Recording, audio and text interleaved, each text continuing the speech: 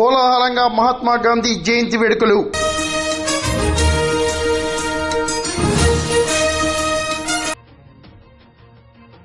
కాకినాడ జిల్లా పెదపూడి మండలంలో బుధవారం మహాత్మా గాంధీ జయంతి వేడుకలను వాడవాడలా ఘనంగా నిర్వహించారు.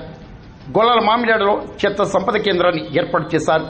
సర్పంచ్ లంక మున్ని, తెలుగు మహిళా అధ్యక్షురాలు సూర్యకుమారి, ఎంపీడీఓ సత్యనారాయణ రెడ్డి చేతుల మీదుగా ప్రారంభించారు. కార్యదర్శి నాగేంద్ర, గోదావరి జనసేన కన్వీనర్ ఆర్ నాగు పాల్గొన్నారు. పెదపూడి గాంధీ భవన్ వద్ద కూటమి కన్వీనర్ పుట్ట గంగాధర్ చౌదరి, సర్పంచ్ కలవల కృష్ణమూర్తి మహాత్మా గాంధీ విగ్రహానికి పూలమాలలు వేసి నివాళులర్పించారు. ఎంఆర్పీఎస్ జిల్లా నాయకులు మందపల్లి సత్యనారాయణ, పెదపూడి ఉప సర్పంచ్ మరణ పెద్ద, స్థానిక రైతులు పాల్గొన్నారు. కొరవతి కొండ స్వీట్లు పంపిణీ చేశారు.